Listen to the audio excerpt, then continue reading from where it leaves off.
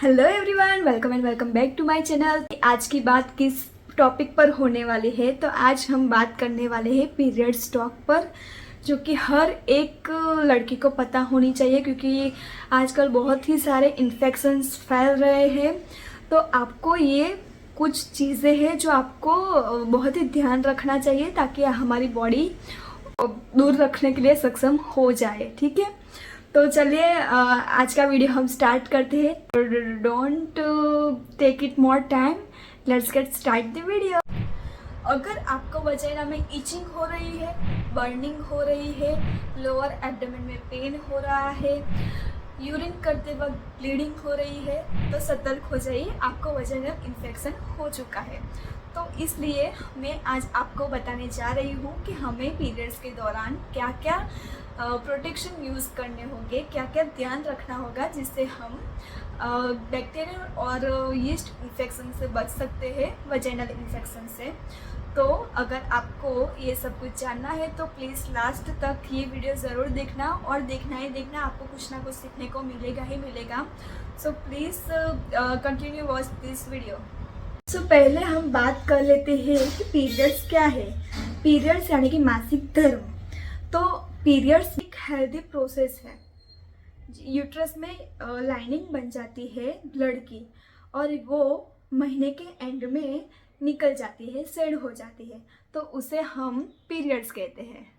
So periods के 4 stage होते हैं। फर्स्ट स्टेज में क्या होता है कि ब्लड सेल्स बनने लगते हैं यूट्रस की लाइनिंग में। वो ब्लड सेल्स क्यों बनते हैं? प्रेगनेंसी प्रिपेयर करने के लिए, प्रेगनेंसी को ठहरने के लिए ब्लड सेल्स बनने का स्टार्ट हो जाता है। सेकेंड स्टेज में क्या होता है? ओव्यूलेशन होता है। हमारी ओवरी में से एग्स रिलीज होता है।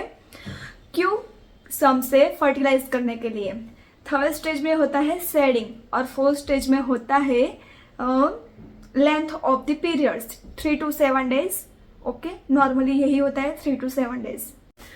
तो आज मैं आपको समझाने जा रही हूँ कि हमें पीरियड्स में क्या करना चाहिए और क्या करना नहीं चाहिए, व्हाट टू डू और what not to do. Okay, तो पहले हम बात कर लेते हैं कि व्हाट टू डू, हमें क्या क्या करना चाहिए पीरियड्स में। ठीक है, तो हाँ, मैं कुछ टिप्स बताऊंगी, वो आपको फॉलो करनी है। जिसको इन्फेक्शन हो जाता है, जिनको इन्फेक्शन हो जाता है उनको ये सब कुछ फॉलो करना है, और जिनको नहीं होता है उनको भी करना है। ठीक है, तो मैंने ये लिस्ट बना ली है, और चलिए अब हम स्टार्ट करते हैं। तो आपको पीरियड्स में बिल्कुल ही रेस्ट ही नहीं करना है। आप अपने से हो सकता है वो काम कर सकते हैं, हैवी काम नहीं करना है। सो you have to be take rest and taking nap in comfortable position। Relax रहना है, बिल्कुल एकदम ही रिलैक्स। सो सेकंड पॉइंट है application of heat on belly to reduce the pain. You can use hot water bag. Okay, अगर आपको बहुत ज़्यादा पेन हो रहा है अपने लोअर एब्डोमेन में, तो आप वो हीट बैग आती है, हॉट वाटर बैग, वो आप यूज़ कर सकते हैं, उससे आपको बहुत ही राहत मिलेगी। So you have to do it. Okay, और टिप है try to do some gentle yoga poses that help in improving the flow of blood to the pelvic area. तो आपको कुछ सिंपल से योगा पोजेस है वो करने हैं। अगर आप जानना चाहते हैं कि वो कौन से पोजेस है, तो मैं आपको एक वीडियो अलग से बनाकर दे दूँगी, तो कमेंट जरूर कर देना अगर आपको वो वीडियो चाहिए तो। फोर्थ टिप है do meditation and deep breathing for relaxing. Deep breathing एक ऐसी एक्सरसाइज है, ऐसा योगा है, वो कुछ भी आप बोल लो, वो ऐसा एक एक्ट है जिससे आप बहुत ही रिलैक्स हो जाओगे। तो आपको पीरियड्स में मेडिटेशन यानी कि ब्रीथ इन ब्रीथ आउट, ऐसा करने से बहुत ही रिलैक्स फील होगा आपको, और वो आपको ज़रूर करना चाहिए। फिफ्थ पॉइंट है if you can't tolerate the pain consult the doctor. अगर आपको पेन बिल्कुल भी सहन नहीं हो रहा है तो आपको वो एंटीस्पास्मोडिक नहीं ले लेनी है, आपको अपने डॉक्टर से कंसल्ट करना है। और आप एलोपैथ के पास जाओगे तो वो एंटीस्पास्मोडिक ही देंगे आपको। तो प्लीज़ ये महीने महीने में हमको ये आता है पीरियड्स, और हमें महीने में लेनी ही पड़ती है, तो कुछ उसका परमानेंट इलाज कीजिए, यानी कि आप होम्योपैथ के पास जाइए या तो फिर आयुर्वेद के पास जाइए। ठीक है, तो ये प्रॉब्लम तो हमको होनी ही होनी है, तो प्लीज़ आप उसका कुछ परमानेंट इलाज कीजिए, यानी कि होम्योपैथ या फिर आयुर्वेद के पास जाइए। मैं एक होम्योपैथ हूँ। मेरा वो क्या कहते हैं, वो होम्योपैथी नहीं कर रही हूँ मैं, आपको सिर्फ समझा रही हूँ कि होम्योपैथी में उसका इलाज है, वो भी परमानेंट। सो आप होम्योपैथ के पास जा सकते हैं अगर आपको इसका परमानेंट इलाज चाहिए। ओके, कौन सा पॉइंट आए थे, 1 2 3 4 5 6, हाँ, stay hydrated, at least drink 2 to 3 liter water per day. This helps to flush out all the toxins from your body. Reduce bloating. हाँ, पीरियड्स में हमको ब्लोटिंग की बहुत ही प्रॉब्लम होती है, यानी कि गैस बनने लगती है, ऐसा हमें फील होता है। तो आप पानी ज़्यादा पिएंगे तो आपको ब्लोटिंग भी बहुत ही कम होएगी। तो आपको हाइड्रेट रहना है, 2 to 3 लीटर पर डे आपको पीना ही पीना है, पीरियड्स में ही नहीं, रोज़ पीना है, रोज़। हाइड्रेट रहने से हमारा पेन्स भी बहुत ही रिड्यूस हो जाता है। You can start your day by drinking glass of warm water. It helps to improve blood flow and relaxing the muscle. अगर हम एक ग्लास सुबह उठ के वार्म वाटर पी लेते तो वार्म वाटर का काम वार्मथ क्या काम करती है, रिलैक्स होने में। तो हमारे मसल भी एकदम रिलैक्स हो जाएंगे। पीरियड्स में क्या होता है, हमारे मसल कॉन्स्ट्रिक्ट होने लगते हैं, इसलिए हमें पेन होता है। तो हम वार्म वाटर पी लेंगे तो हमारे मसल्स थोड़े रिलैक्स हो जाएंगे, पेन तो होगा ही पर बहुत ही कम होगा। So stay hydrated. 7 पॉइंट है, change your pads every 4 to 6 hours। पेड्स जो होते हैं वो उसमें बहुत ही केमिकल्स होता है, केमिकल्स से वो बनाए जाते हैं। तो सो पेड्स की एक लिमिट होती है कि वहाँ तक ही, यानी कि 4 to 6 hours ही हमें उसको कैरी करना है, पहनना है। इससे ज़्यादा अगर आप उसे पहनोगे तो ज़रूर ही आपको इन्फेक्शन होगा ही होगा। So please change your pads every 4 to 6 hours। सो हमारा लास्ट पॉइंट है कि अगर आप क्लॉथ यूज़ करते हैं, कोई पैड या कुछ टैम्पॉन या मेंस्ट्रुअल कप या कुछ यूज़ नहीं करते, आप कपड़ा यूज़ करते हैं, तो आपको उसको अच्छे से डेटॉल में वॉश करना है और उसको डायरेक्टली सनलाइट आती है वहाँ पे उसको सुखाना है। ठीक है, ऐसा करने से उसके जो बैक्टीरिया, वायरस, जो कुछ भी है वो मर जाएगा। किसकी वजह से, डेटॉल एंड सनलाइट की वजह से। So please do eat if you using cloth.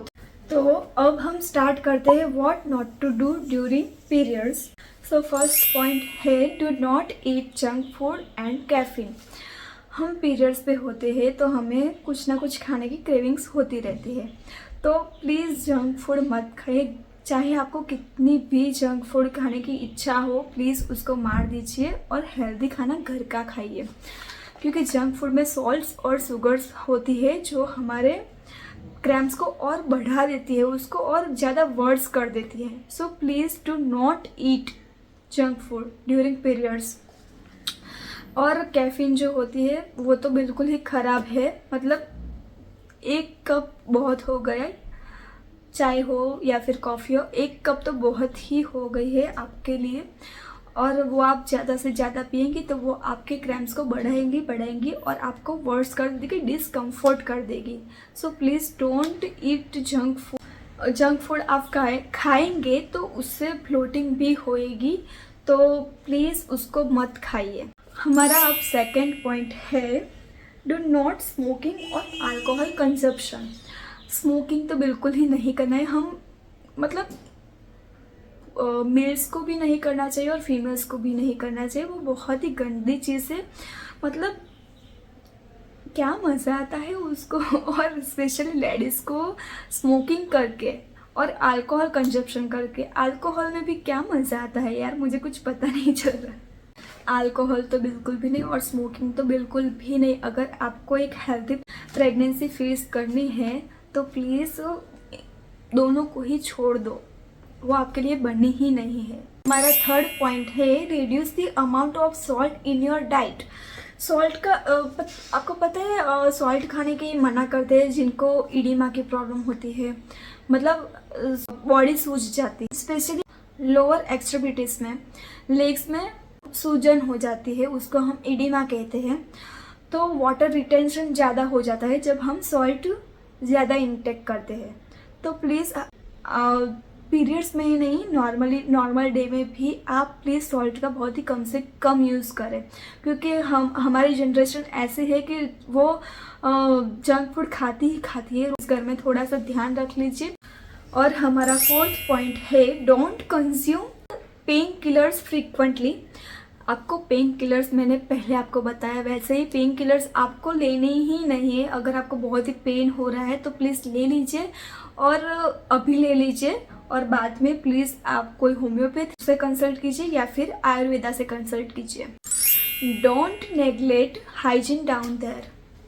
पहले ही मैंने बताया वैसे ही आपको हाइजीन बना के रखना है। हाइजीन आएगा नहीं, आपको बना के रखना पड़ेगा। आपको पैड्स को चेंज करना होगा 5 से 6 आवर्स में, 4 to 6 आवर्स में, ठीक है। वो आपके फ्लो पे डिपेंड करता है कि आपको 2 to 3 आवर्स में भी बदलना पड़ सकता है या फिर 5 to 6 आवर्स में भी बदलना पड़ सकता है। और बस हाइजीन ऐसे ही मेंटेन किया जा सकता है। और हमारा 6th पॉइंट है डोंट अवॉइड फिजिकल एक्टिविटी। पहले भी मैंने बताया है कि आप अपने घरेलू काम कर सकते हैं, पूरा ही रेस्ट ही नहीं करना है। अगर बहुत ज़्यादा पेन हो रहा है तो तभी आप रेस्ट कीजिए, अदरवाइज़ आप अपना घरेलू काम तो कर ही सकते हैं। कोई ना कोई फिजिकल एक्टिविटी तो करनी ही चाहिए जिससे कि हमारे मसल्स रिलैक्स रहे।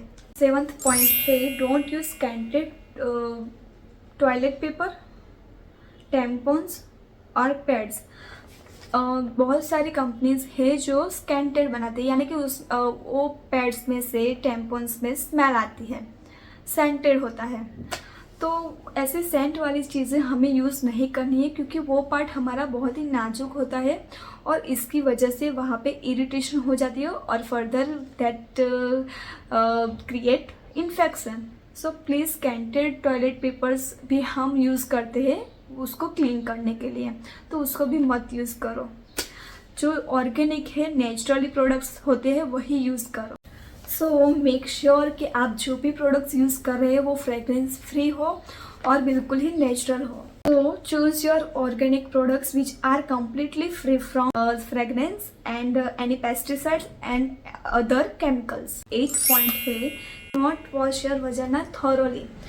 फ्रीक्वेंटली आपको अपनी वजाइना को वॉश नहीं करना है, उससे आपकी पीएच लेवल ख़राब हो जाएगी वजाइना की, और पीएच लेवल बहुत ही इम्बैलेंस हो जाएगा और इससे भी आपको इन्फेक्शन हो सकता है।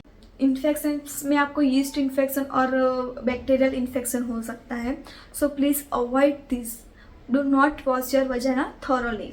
आपको दिन में 2 से 3 बार ही वॉश करना है, इतना काफ़ी है। और 9th पॉइंट है don't forget to use condoms during your periods to avoid sexually transmitted disease और PID।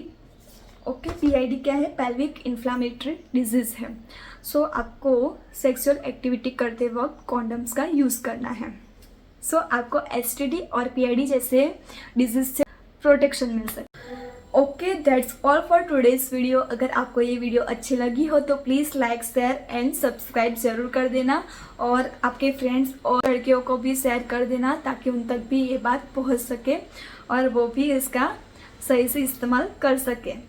ओके, तो आज इतना ही। अब हम मिलते हैं हमारे नेक्स्ट वीडियो में, तब तक के लिए बाय बाय, टेक केयर।